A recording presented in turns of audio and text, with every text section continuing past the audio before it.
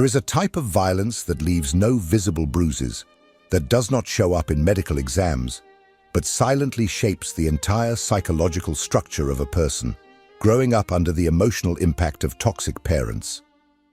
During childhood, the human brain is in full development, and contrary to what many believe, it is not just food or shelter that builds a child, it is the bond.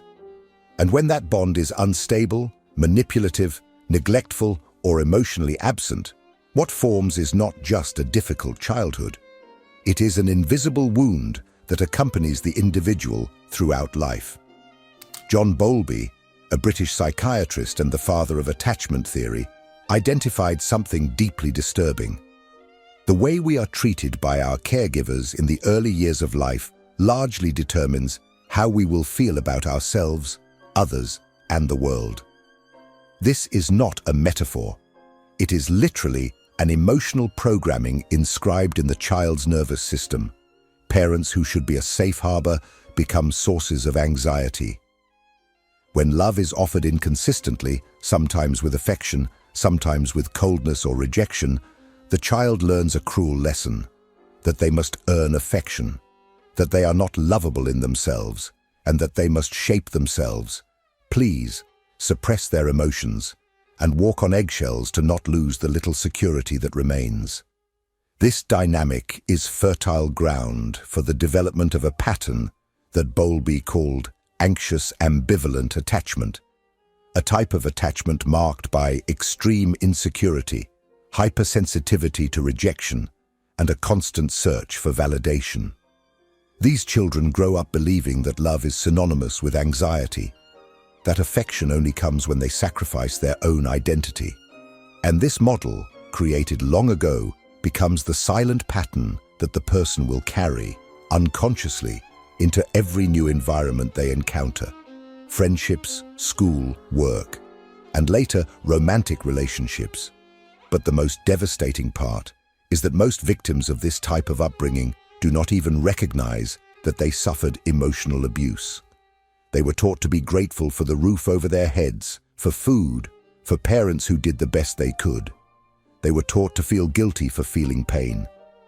And it is precisely this confusion between love and suffering that perpetuates the cycle. Adults who blame themselves for not being happy without realizing that unhappiness is the echo of a childhood shaped by fear.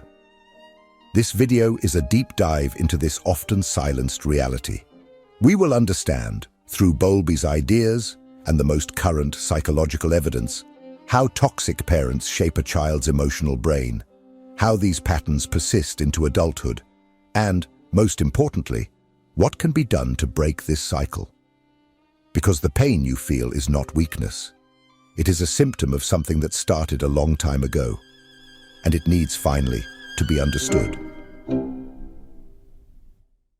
Not every toxic parent screams, humiliates, or hits.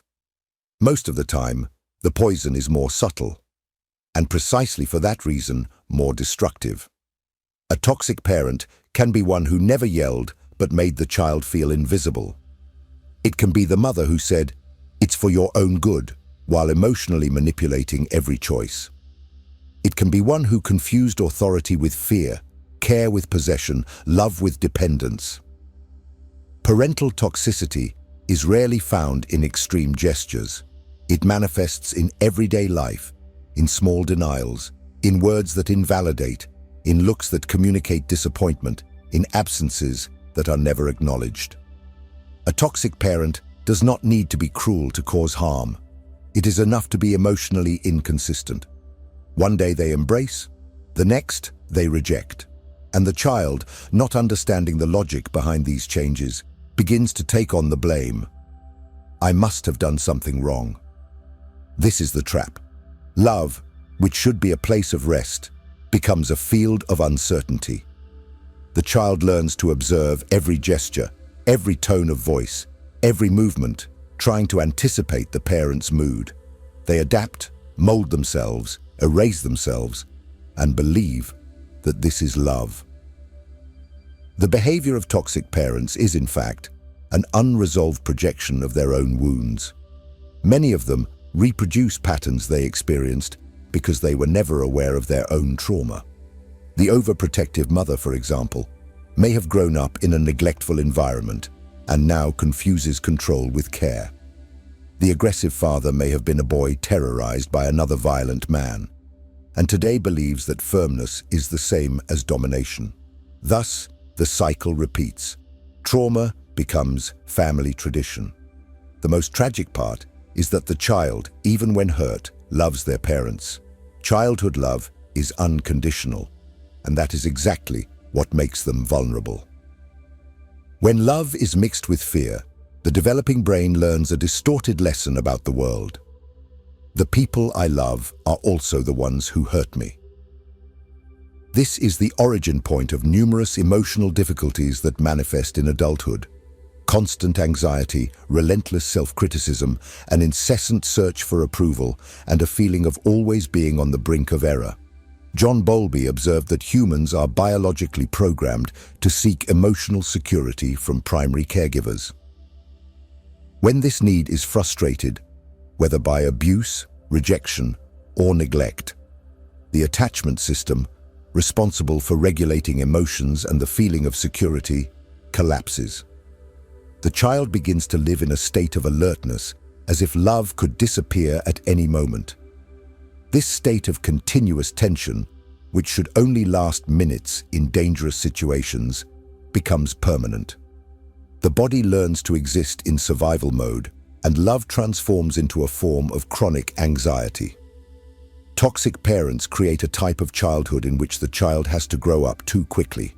They learn to read expressions, predict reactions, calm others, hide what they feel.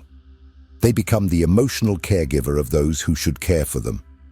And this role reversal destroys their sense of identity, because to survive, they need to stop being who they are. And this, in psychological terms, is a form of disappearance. But the most lasting effect of this upbringing is not just in behavior, but in the invisible structure that forms within the mind, what Bowlby called the internal working model. This unconscious map is the lens through which the individual will see the world, themselves, and others. And when it is created in a toxic environment, the result is devastating. It is about this map, this psychological mold created from pain, that we will talk about in the next part. Because understanding how it forms is the first step to finally breaking the cycle. If this content is making sense to you, click the subscribe button and subscribe to the channel. Thank you for your support. Imagine that a child's mind is like a blank page. Every gesture, every word, every absence, and every explosion from the parents writes something on that page, until, over time, it transforms into a silent manual on how the world works. This invisible manual is what John Bowlby called the internal working model, a kind of unconscious psychological script that guides how a person will interpret themselves, others, and relationships for the rest of their life. This model is not rational. It does not arise from logical reflection, but from repeated experiences. The child does not think, "My parents are emotionally unstable, therefore I cannot trust them." What happens, in practice, is that they feel, "Something in me must be wrong. That's why I don't receive the love I need." And this perception, deeply emotional, shapes the foundation of their identity. Toxic parents instill in the child's mind the idea that love is something conditional. It must be earned, negotiated, deserved. The child learns that to be accepted, they must be perfect or invisible. They must not disturb, not make mistakes, not express anger, not show fragility. And when they fail, as any human being fails, they punish themselves. Because the model is already installed. If I don't receive love, it's my fault. The most dangerous aspect of this internal model is that it operates outside of consciousness. It becomes the backdrop of life. Even when the person grows up, leaves home, and builds their own life, this script continues to act as a filter through which everything is interpreted. A criticism at work can feel like a devastating attack. An unanswered message turns into rejection. A trivial failure becomes proof that they are insufficient. This model also defines how the person deals with their own emotions. If they were punished for crying, they learn to repress sadness. If they were ignored when feeling fear, they learn not to ask for help. If they were ridiculed for expressing anger, they learn to swallow everything until they explode. The result is an adult emotionally disconnected from themselves, trying to maintain an image of control while sinking inside. Bowlby wrote that the internal working model serves to predict, interpret, and react to the behavior of attachment figures. But when these figures are toxic, the predictions become distorted. People will abandon me. I am unworthy of love. If I relax, I will be punished. And the worst part, these predictions are confirmed, not because they are absolute truths, but because the person, without realizing it, recreates situations that validate their beliefs. It is a cycle of self-sabotage, sustained by a poisoned internal logic since childhood. And here lies the cruelest trap. This model feels familiar. It becomes so natural that any attempt to escape it provokes discomfort. Emotionally available people seem boring. Stable environments generate anxiety. Silence is experienced as a threat. Chaos, no matter how destructive, still seems safer, because it is known. But if this model was built from painful experiences, it can also be rebuilt through awareness and new experiences. Before that, however, it is necessary to understand how the foundation of this unstable emotional structure is formed. Anxious ambivalent attachment. In the next part, we will explore how this form of attachment, born from the emotional unpredictability of parents, roots itself in the child's body and mind, and why it becomes a prisoner of a pattern of love based on fear, tension, and guilt.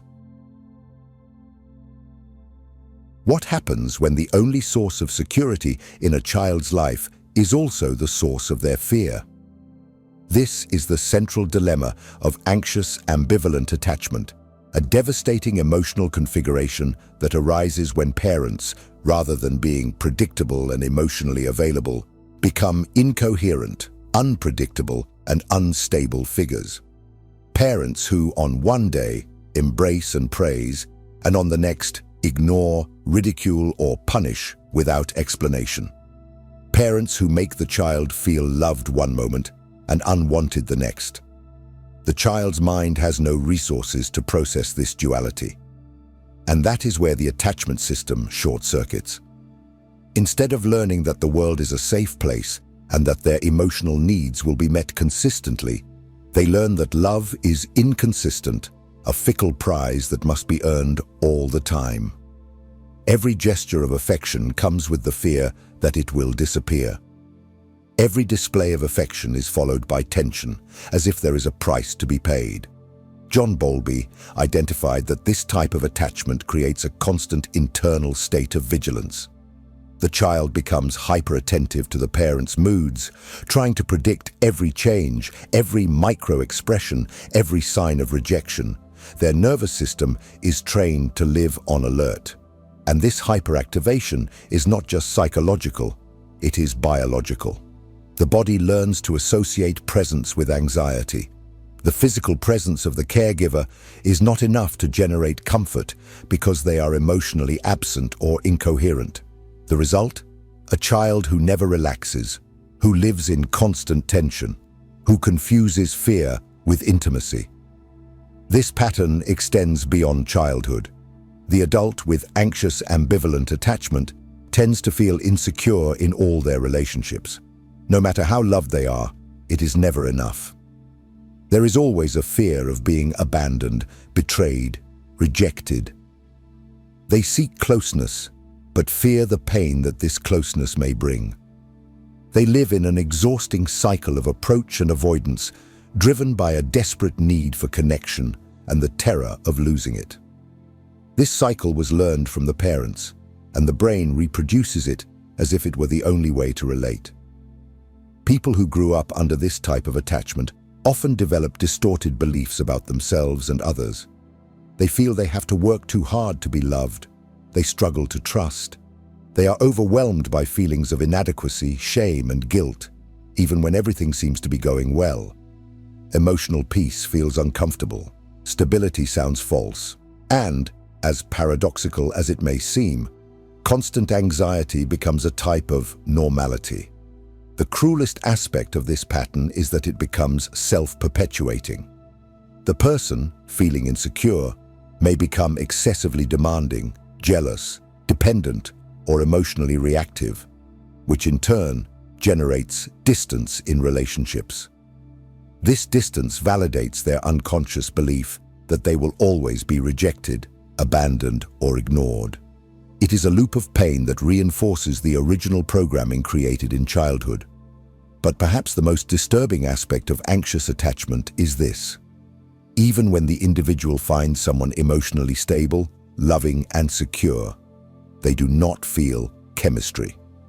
The nervous system, programmed to associate love with anxiety, does not recognize safety as something familiar.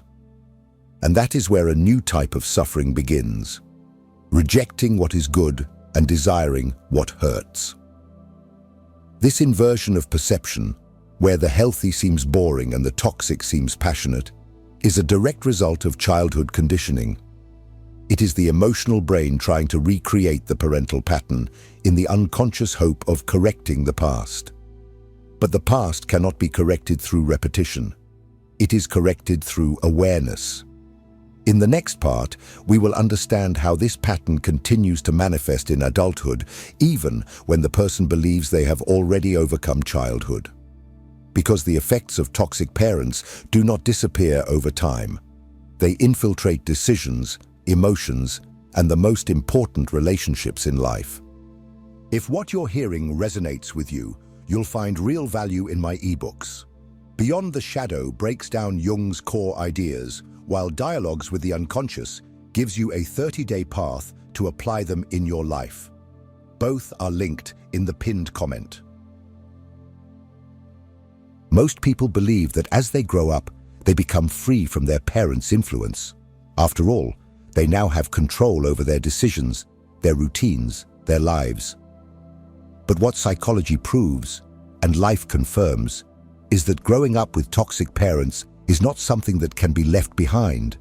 It is not just an uncomfortable memory, but a psychological mold that continues to operate silently, day after day, influencing everything. The way a person sees themselves, how they feel, how they react, how they relate, and even how they think. The adult who was raised by emotionally unstable or abusive parents carries a series of patterns that do not seem, at first glance, to be related to childhood. But they are. The incessant self-criticism, the difficulty in making decisions, the tendency to apologize all the time, the fear of expressing opinions, the feeling of inadequacy in social settings, the chronic sense of being a burden, all of these are marks left by a past where love was conditional, unpredictable, or non-existent. Often these individuals do not even realize that something is wrong. They think they are too sensitive, too intense, too complicated. They have internalized the idea that they are the problem, an idea instilled by years of emotional invalidation. When they cried, they heard, "Stop the drama." When they expressed anger, they were called ungrateful. When they asked for attention, they received silence. Gradually, they learned not to trust their own feelings. And when a person loses the right to trust what they feel, they lose connection with who they are. Bowlby described how, over the years, the attachment model becomes the primary lens of reality perception. This means that a person raised in emotional instability can spend years repeating destructive patterns without even knowing why. They may shy away from opportunities for fear of failure. They may avoid deep relationships for fear of getting hurt. They may pursue unattainable goals in an attempt to feel valid. All of this is guided by an emotional programming created even before they were aware of themselves. Furthermore, Toxic parents often instill a type of dysfunctional loyalty. The child learns that questioning their parents' behavior is ingratitude. They grow up believing that suffering is the price of love. And as adults, they feel guilty when distancing themselves, when setting boundaries, when saying no. That is why so many people remain emotionally tied to abusive parents, not out of love, but due to a system of psychic obedience based on fear and conditioning. This emotional prison also affects how the adult treats themselves. The person who grew up being constantly criticized learns to criticize themselves. The one who was ignored learns to ignore their own needs. The one who was manipulated learns to doubt their own decisions. Essentially, the adult becomes their own tormentor, perpetuating internally what they suffered externally. And the cruelest part, often without even realizing it. But there is good news, and Bowlby was clear in stating this. The attachment pattern, although powerful, is not permanent. It can be transformed. And the first step towards that is what psychology calls earned secure attachment, a form of healing that requires awareness, effort, and above all, the courage to break old conditioning. In the next part, we will explore how it is possible to build this emotional security, even if you have never experienced it in childhood. We will understand how to reprogram the nervous system, break inherited patterns, and finally start writing a new story. A story where love is not anxiety, but refuge. Earned secure attachment, reprogramming love. Many adults who grew up with toxic parents spend years believing that something inside them is broken, that they are emotionally dysfunctional by nature, and that they will never truly feel safe, loved, or at peace. But Bowlby offers a profoundly transformative perspective. Attachment patterns are not definitive sentences. They are moldable. Even if childhood has left deep scars, it is possible, through conscious effort and emotional restructuring, to build what he called earned secure attachment. The earned secure attachment. But what does this really mean? And why is it so difficult to achieve? Secure attachment is not just feeling good in a relationship. It is an internal state of emotional stability. It is knowing, even in moments of pain, that you are worthy of care. It is trusting yourself, recognizing your emotions without fear, setting boundaries without guilt. For those raised in unstable homes, this type of security feels strange, almost threatening. The nervous system has been programmed to associate love with tension, attention with unpredictability, and affection with the imminent risk of rejection. That is why the first step to achieving secure attachment is to recognize that your body may be stuck in a past that your mind has already overcome. You may rationally know that your parents were abusive. You may have read books, gone to therapy, watched videos like this one, but if your nervous system is still operating in alert mode, you will continue to react to situations as if you were still in that dysfunctional environment. This explains why you sabotage yourself when everything is going well, why you feel anxious when praised, why you distrust when someone is kind to you. Reprogramming begins with awareness, noticing triggers, identifying when a disproportionate emotional reaction is being activated by an old wound, understanding that not every current rejection is real. Some are just echoes of the past. This is the hardest part because it requires presence. An emotional presence is exactly what has been denied to you for so many years. Next, you need to learn to tolerate what once seemed unbearable. Stability. For those who lived on an emotional roller coaster, a healthy relationship may seem boring.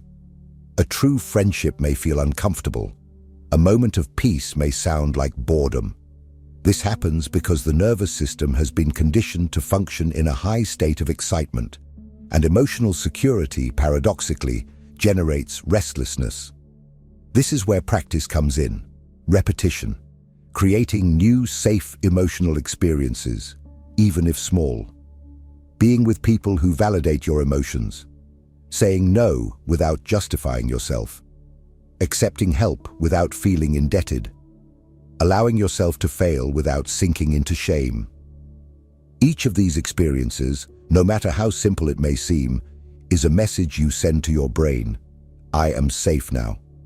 Over time, these experiences will shape a new internal model, no longer based on fear, but on trust. Bowlby emphasized that healing happens in corrective relationships, bonds where a person can, for the first time, experience what they should have received in childhood: constant presence, true empathy, emotional acceptance. These bonds can happen in therapy, in deep friendships, in mature romantic relationships, or even in contact with oneself through self-observation and self-compassion. But achieving this new pattern also requires a difficult choice: breaking loyalty to the old. This means stopping blaming yourself for distancing from toxic parents. It means accepting that you no longer need to prove anything to be loved, that you can be whole, even without the approval of those who hurt you. And this is perhaps the most liberating part of the entire process: realizing that you can be the caregiver you never had, that within you lies the capacity to embrace, protect, and guide yourself. It is not easy, it is not quick, but it is possible. And it starts with an act of rebellion, refusing to repeat pain as destiny. In the next and final part, we will talk about this, about how breaking this cycle is not ingratitude, weakness, or selfishness, but rather an act of emotional survival. Because healing only becomes complete when you understand that you deserve a different kind of love. Not the love you were given, but the love that has always been missing. Breaking the cycle of toxic parents is one of the hardest decisions someone can make. Not only because it involves confronting figures who should have been sources of love and protection, but because it goes against everything that was taught from an early age: that you must be loyal above all, that talking about what happened is exaggeration, that questioning your parents' behavior is a sign of ingratitude. But the truth is harsh and liberating. Staying trapped in abusive bonds is not love. It is self-destruction. For years, you may have tried to fix the relationship. You may have strived to please, to explain your feelings, to be understood. And when nothing changed, you blamed yourself. You thought you were too sensitive, too ungrateful, too difficult. But the problem was never you. The problem was growing up in an environment where your emotional needs were not seen, or worse, were distorted and punished. Toxic parents often use guilt as a tool for control. They say things like, "I did everything for you.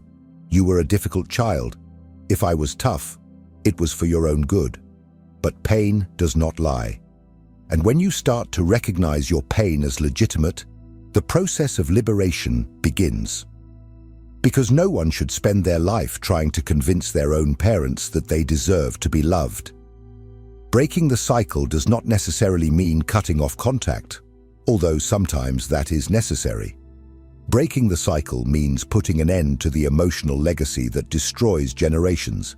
It means choosing yourself, setting boundaries, saying enough to the role of eternal scapegoat, claiming the right to be treated with respect, even by those who brought you into the world, and most importantly, it means rebuilding an identity outside of their shadow. It is common for this process to be accompanied by loneliness, confusion, and even grief. After all, you are not just breaking a relationship, you are burying the hope that one day these parents will become what you always needed. And that hurts, but it also heals. Because in place of illusion, the real possibility of building something new is born. A life where you do not have to prove yourself all the time, where love does not hurt, where emotional peace is not confused with apathy. You owe nothing to those who violated your emotional safety. The greatest form of gratitude you can offer to life is to heal. To live an existence where trauma is no longer your master, but rather your starting point. Where your story does not end as it began. That is courage. That is dignity. That is liberation. If at any point in this video you felt that I was speaking directly to you, write in the comments, "I am breaking the cycle." Your voice matters. Your pain is valid, and your healing journey can inspire others to start theirs. Subscribe to the channel to continue receiving content that goes beyond the surface. And don't stop here. The next video is essential on this journey. It will help you deepen this reconstruction process even further. I'll see you there.